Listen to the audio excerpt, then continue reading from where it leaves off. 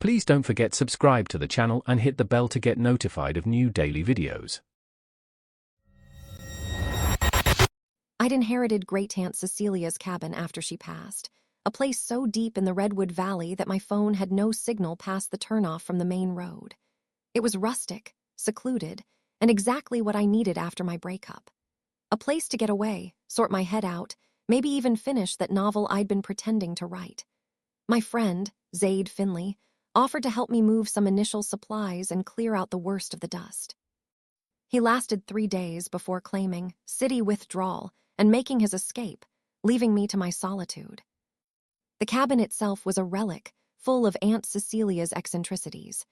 Dried herbs hung from rafters, strange ceramic figures lined shelves, and heavy velvet curtains kept the perpetual twilight indoors. But one particular curio caught my eye, or rather, it felt like it caught my eye from the moment I first stepped into the living room. A massive, obsidian-black taxidermied raven.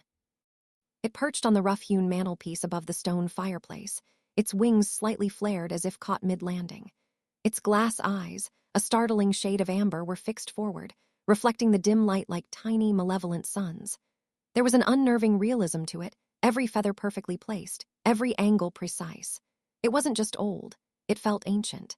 Zaid had just chuckled and called it Aunt Cecilia's spirit animal, but I felt a prickle of unease every time I walked past it. It felt like it was watching. After Zaid left, the quiet of the cabin became less soothing and more oppressive. My initial discomfort with the raven deepened. I'd leave the living room to make tea, and when I returned, I could swear its head was turned ever so slightly more towards the doorway. I'd rationalize it. "May, you're exhausted. Your memory is playing tricks. It's a stuffed bird." But the feeling persisted. One morning, while dusting, I noticed something else. Its talons. They were gripping the wooden mantelpiece, almost digging into the ancient wood. I distinctly remembered them being placed more flatly, almost delicately. When I reached out to touch a loose feather, I recoiled. The preserved bird felt oddly warm, not cold and dry like I expected. That night, I started hearing sounds. Faint, dry clicks coming from the living room, like something chitinous tapping against wood. I blamed the cabin, the old house settling, maybe mice. But the clicks always seemed to originate directly from the mantelpiece near the raven. I'd creep to the doorway, flick on the light, and there it would be, utterly still, its amber eyes glaring straight ahead, betraying nothing. The clicks would stop. I began making excuses to avoid the living room. I ate in the kitchen, read in my bedroom, and tried to ignore the pull of its silent presence.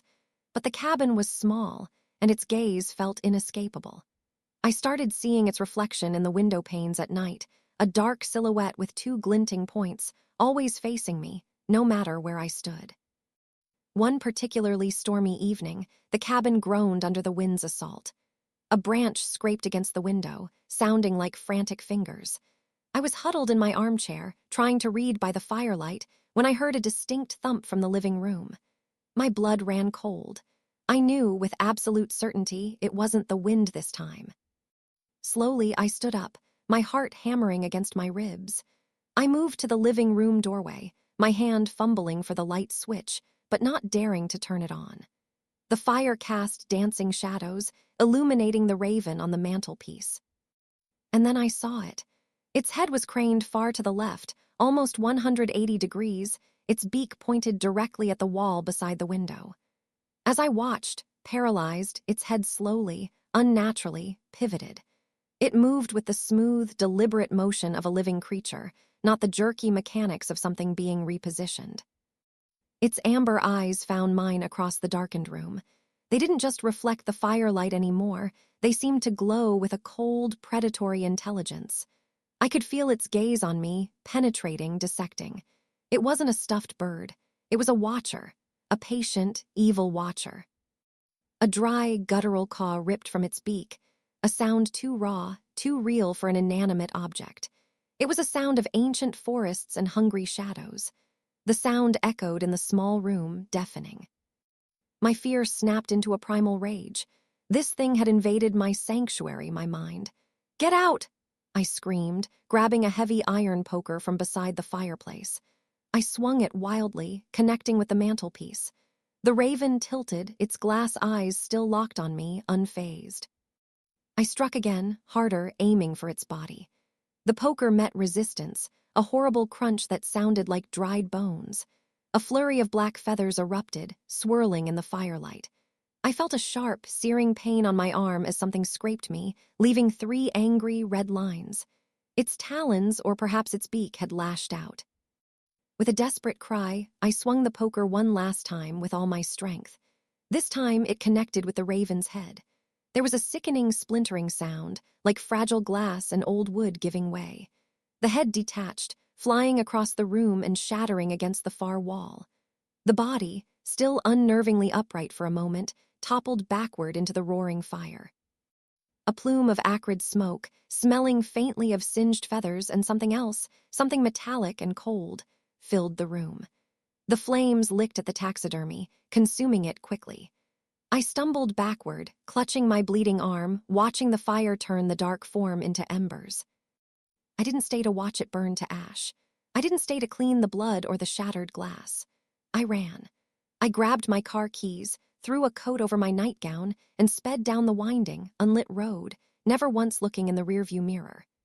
I drove until the rising sun greeted me, until my phone had signal, until I was miles and miles away from the Redwood Valley and Great-Aunt Cecilia's cabin. The cabin still stands, I assume, a silent sentinel in the woods. I never went back. The police who investigated my break-in, my fabricated story for the shattered glass and broken mantel, found nothing amiss other than the damage I reported. They never saw the burn marks in the fireplace because I never told them to look. How could I? How do you explain a taxidermied raven that watched you, moved, and cawed before it tried to attack you? I still feel its eyes on me sometimes, in crowded rooms, in the corner of my vision. I see black shapes flitting in my periphery, hear phantom clicks in the quiet moments. I check my locks constantly. I live with the chilling certainty that something in that cabin woke up, and that even though I left it burning, a piece of its predatory gaze might have followed me. I just hope it stayed in the embers and didn't find another set of eyes to watch through. If you enjoyed this video, please hit the thumbs up button to like it. And please do subscribe to support the channel.